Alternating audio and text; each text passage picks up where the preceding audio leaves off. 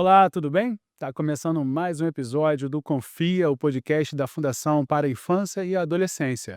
Eu sou o jornalista Leandro Ribeiro e hoje eu tenho a grande satisfação de receber a delegada Mônica Areal. Ela é titular da DEAN, a Delegacia Especializada no Atendimento à Mulher de Nova Iguaçu, e vai falar um pouco sobre os crimes que seguem impunes nas redes sociais. Olá, delegada, seja muito bem-vinda aqui no nosso podcast. É uma honra estar aqui com você e eu tenho certeza que a gente vai fazer um programa que vai ser um sucesso. Ah, vamos sim. Eu gostaria de começar essa nossa conversa perguntando à senhora sobre os tipos de crimes, os vários tipos de crimes, que acredito não são poucos, cometidos através do meio digital e que infelizmente seguem muitas vezes impunes. Então, são vários crimes, crimes que acontecem no mundo real e no mundo virtual, como injúria, difamação, calúnia, esses assim, parece que as pessoas esqueceram que isso é crime. Então elas ofendem, elas caluniam, né, à vontade, a lá vão ter. E tem os crimes mais graves, que são os crimes de natureza sexual. Então esses crimes, têm um olhar já todo do direito para esses crimes, como, por exemplo, o estupro virtual, que antigamente não se falava em estupro Exatamente. virtual, a pornografia de vingança, que é geralmente quando uma pessoa termina com a outra e ela tem material pornográfico e ela divulga esse material para constranger, para deixar a outra em situações ruins, então ela divulga esse material nas redes sociais. Então são vários crimes específicos das redes sociais. Doutora, por que muitos desses crimes, seguem impunes? O que falta efetivamente para que leis como essa nova, né, que é a 15.211 de 2025, seja aplicada efetivamente? Olha, essa lei é muito boa, é uma lei que com certeza vão ter, assim, estudos para estruturar ela melhor, ela cada vez melhor, porque a lei quando ela está novinha, Sim. ela ainda vai ter um aparato depois. Mas por que esses crimes são às vezes difíceis de serem detectados? Porque às vezes o criminoso é muito esperto. Então, às vezes, ele sabe muito de informática e você tem que dizer para a plataforma o que você quer, você tem que provar, porque a plataforma não pode invadir o teu perfil, te dar as informações todas sem ela ter uma prova, tudo no direito, principalmente na parte da polícia, você tem que provar para o juiz que aquela pessoa é criminosa, que você precisa de um mandado de prisão, mesma coisa para a plataforma, você tem que provar. Então são crimes mais demorados. E quanto mais esperto e inteligente é o autor, mais difícil você vai chegar nesse autor. Eu tive um caso muito interessante que a gente prendeu a mulher porque ela estava estuprando o próprio filho de 4 anos de idade. Aí ela chegou na delegacia, contou que na verdade, ó, tem que prestar atenção que para você ver o emaranhado. Na verdade, ela tinha que fazer tarefas sexuais, porque a namorada dela virtual, tinha um agiota que estava chantageando. Olha bem, então Uau, ela, a namorada e o agiota, certo? sim. Então ela tinha que fazer essas tarefas sexuais e uma das tarefas era manter relação sexual com uma criança. E ela estava fazendo, ela mandava para a namorada, né, abater a dívida com a agiota. Olha, a gente fez uma investigação. Primeiro a gente prendeu essa mulher, Sim. presa, em flagrante. A investigação descobriu sabe o quê? O quê? Que na verdade essa namorada nunca existiu, nem o agiota. Era a mesma No pessoa que entrava em contato com ela como a namorada e como o agiota. E ele bem esperto, bem inteligente, mas a investigação demorada, uma investigação difícil, né, você pede assim: "Olha, Facebook, com urgência", você tem que ficar acordado a madrugada inteira, porque se é urgente, essa hora que então, por isso que às vezes é mais difícil de você pegar, entendeu? A Polícia Civil faz várias operações, Luz na Infância, mas sempre é muito mais difícil do que um crime que aconteceu agora, sim. né, assim, no mundo real. E a importância de todo o trabalho de vocês, da Polícia Civil, em parceria também com essas redes sociais, para poder acompanhar essa mente, né, inteligente, como a senhora disse, desses criminosos, A né. gente tem, né, tem cursos e tudo, tem uma delegacia especializada nisso, mas todas as delegacias fazem isso, entendeu? E os menores de idade que são, assim, se você travar um pouco esse acesso dos menores de idade, eles são vítimas, eles são criminosos também. Sim, Entendeu? exatamente. Então é difícil, porque o menor é muito protegido no Brasil. Sim. Então, para você chegar até ele, pedir uma apreensão desse menor, pedir uma busca e apreensão do aparato dele digital, você tem que estar munido de muitas provas. E ainda falando sobre essa lei que é nova, né, que é a lei do ECA, eu gostaria que a senhora falasse um pouco mais da importância dela. A gente tem, o ECA em si, né, essa lei que já tem algumas décadas e que é muito importante para as nossas crianças e adolescentes aqui no nosso país, e agora ela chega para esse campo digital. Qual a importância que ela acaba exercendo na nossa sociedade? Bom, importantíssima, porque hoje a criança já, né, não tem nem a boneca na mão, já está com o celular. Exatamente. Então é uma forma de você entrar nesse mundo, tem que entrar com a linguagem desse mundo para você proteger essas crianças, não só na nossa internet normal, mas também na chamada deep web, né, que tem casos escabrosos.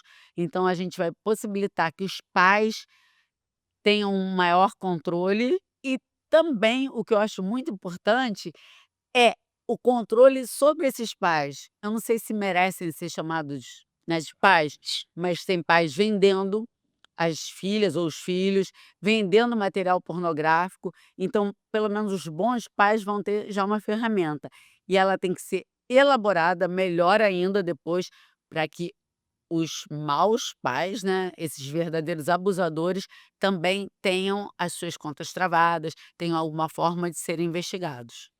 Certo, delegada. Antes de fazer a próxima pergunta, eu vou me direcionar aqui para as pessoas que estão nos assistindo agora e reforçar aqui o pedido para que você possa curtir esse nosso vídeo, comentar também, trazer as suas mensagens, dúvidas e compartilhar nos seus grupos de WhatsApp, entre familiares e amigos, né, fazendo com que essa mensagem deixada aqui pela delegada possa atingir o maior número de pessoas possível. Delegada, o STF recentemente, atribuiu a responsabilidade às redes sociais por conteúdos que são publicados de forma inapropriada. Eh, Isso demonstra um certo avanço na sua avaliação, também no combate a esses crimes digitais? Sim, se é um crime, o caso é que eu acho que a derrubada de um perfil criminoso tem que ser imediata mesmo, sem precisar de autorização judicial. Se ficar só nisso, sabendo que é um crime, né, declarado, um notório, tudo, eu acho que é um avanço. Agora aquelas situações dúbias, ó, é crime para mim, mas não é crime para você. Eu acho que daí necessitaria realmente de autorização judicial, porque tudo na vida, qualquer coisa tem a defesa, né, e tem a acusação e tudo, então as redes sociais não podem ser responsabilizadas, na minha opinião, por tudo. Um avanço muito grande que já está acontecendo na Europa e olha, uma coisa boba e que as pessoas dão, né, "Não, porque não pode, a privacidade", acesso a sites pornográficos. "Ah, não, porque a minha privacidade", gente, quando você acessa um site pornográfico, já fica ali seu IP. Hum. Não é assim, as pessoas acham que você entra na internet e não deixa rastros. Deixa sim. Então é um avanço. Você vai lá e cadastra. Vai lá, assiste, não é crime assistir vídeo pornográfico, não é crime. Que não seja, né, obviamente, com menor de idade, não é crime. Então é um avanço. Essas coisas pontuais também são muito importantes.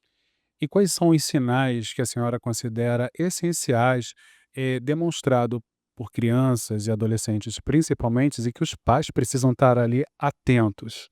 Olha, as crianças, teve um caso de estupro virtual há pouco tempo.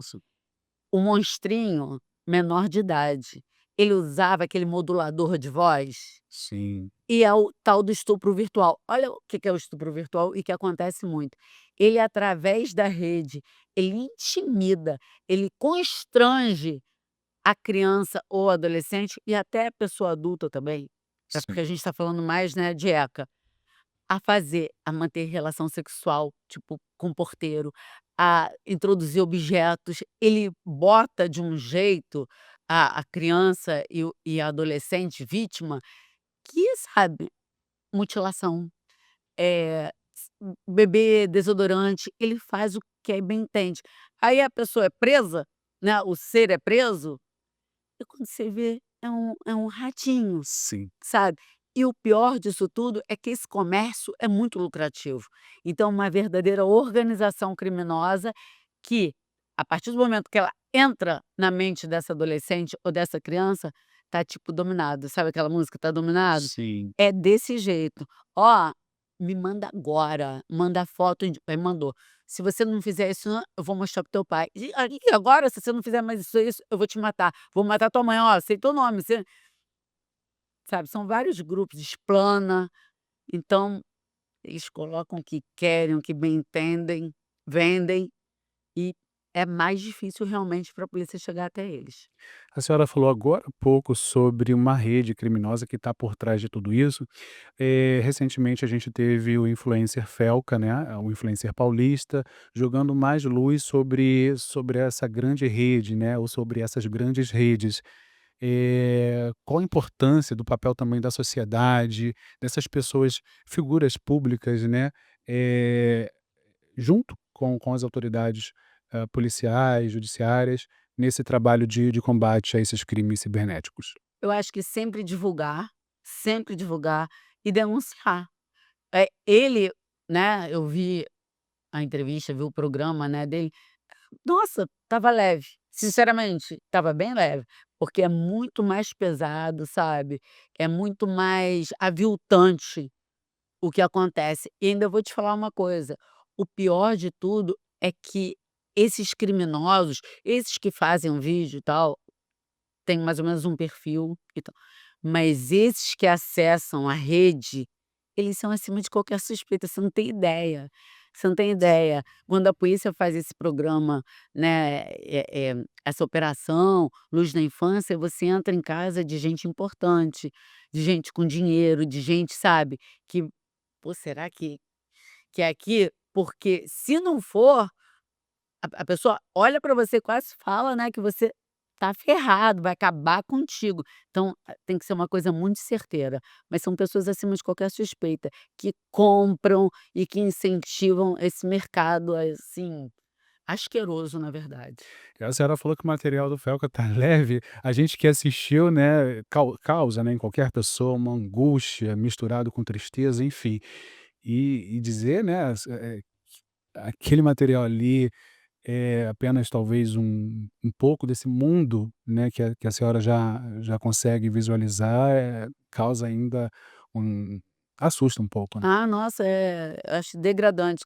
Eu vou te falar, eu trabalho numa delegacia especializada ao atendimento à mulher, mas lá chega assim, são muitos e muitos crimes contra a criança, né, de natureza sexual, principalmente contra meninas, né, porque lá é vítima mulher. Sim. Raramente, esse caso da mãe era um menino, mas raramente, geralmente são meninas.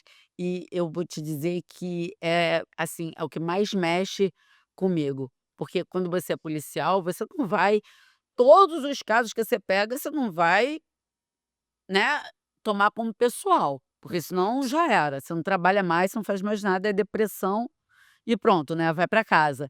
Mas esses casos que tem criança, eu nossa, assim, eu quase que surto. Eu antigamente eu achava que eu não gostava de criança, mas eu descobri que eu amo criança, não é que eu amo criança, eu não suporto ver, é uma covardia, sabe. Criança de 3 anos, o pai introduziu porque ele tem um defeito na mão, introduziu na criança de 3 anos com a mãe acobertando, e ela dificultou a nossa investigação.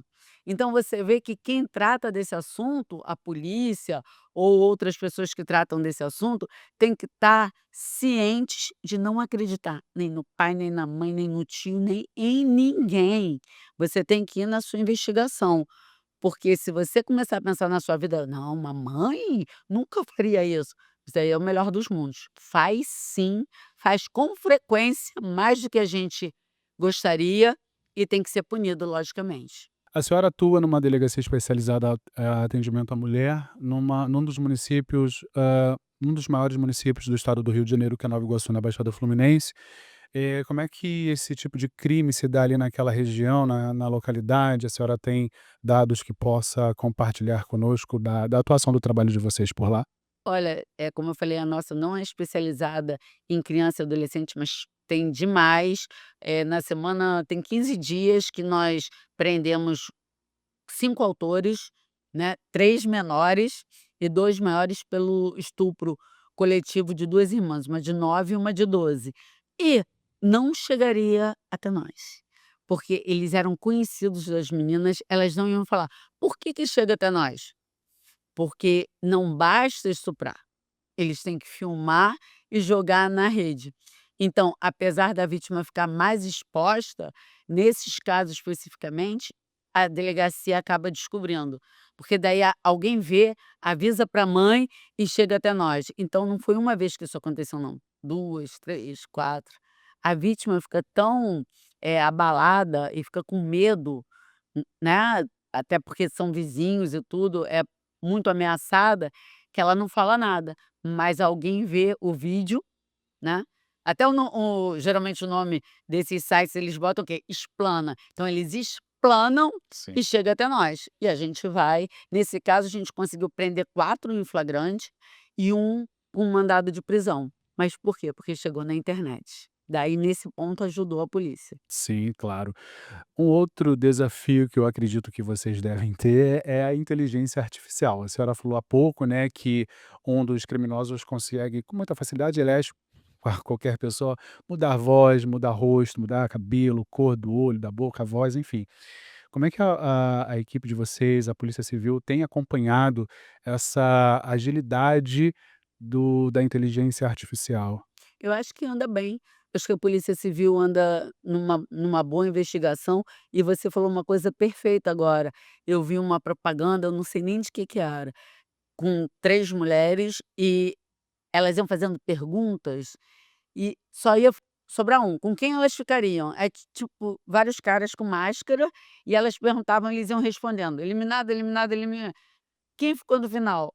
Um cara bem mais velho, entendeu? E com perfil, né, de mentirinha, mas com o perfil do pedófilo. Por quê? Eles sabem o que as vítimas querem ouvir, entendeu? Eles já são treinados para isso. Eles veem se a vítima não tem nenhum parente, assim, policial ou alguém que vá correr atrás, entendeu? Ver se os pais, pô, trabalham muito, né, porque às vezes a mãe e o pai, coitados, tem que trabalhar Sim, sim. e não ficam o tempo todo, né, junto da criança, junto do adolescente, então é o campo aberto para eles fingirem que são adolescentes também, aí eles vão descobrindo o que acontece com essa pessoa. Então esse ponto aí que você falou é perfeito, eles sabem, eles já têm, sabe, aquele traquejo. E outra coisa, coisas que: "Não, isso é mentira, isso é fake news", não. Nossa, a gente fez um curso com a polícia francesa, de um cara que foi para as Filipinas, meu Deus do céu, coisas assim que a gente achou que era lenda urbana, não é lenda urbana não, entendeu? Assim, é aterrorizante e precisa realmente que a polícia civil, ou, né, a polícia internacional esteja sempre um passo à frente no encalço deles, porque cada vez mais eles vão se especializando. Certo, doutora. Na sua avaliação, enquanto sociedade, o que mais podemos fazer para cobrar as nossas autoridades a efetivação, por exemplo, dessa nova lei, do ECA, forçando, né, para que esses crimes de fato sejam, punidos, responsabilizados. O que mais a gente pode fazer, além, é claro, como a senhora já disse, de divulgar, de como o Felca fez, né. Eu acho que ele fez muito bem, eu acho que pode partir, essa iniciativa de qualquer partido político. Sim, Eu acho que esse assunto, sabe assim: "Ah, eu sou de direita, você é esquerda", a gente briga, mas nesse assunto todo mundo tá todo junto. mundo tá? Pode ser? Entendeu? Porque pessoas poderosas se aproveitam disso. Isso, ó, onde tem muito dinheiro, tipo tráfico de animal, tem muito dinheiro, então tem muita gente poderosa, tem muita gente influente, tem gente que não quer que acabe. Rola dinheiro demais, prostituição infantil, sequestro de criança, entendeu?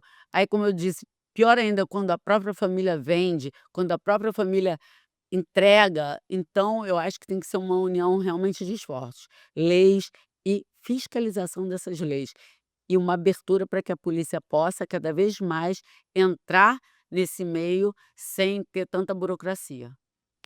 Perfeito, doutora. A gente está chegando ao final aqui do nosso episódio, mas Tá muito legal aqui. Não, não, tá muito interessante.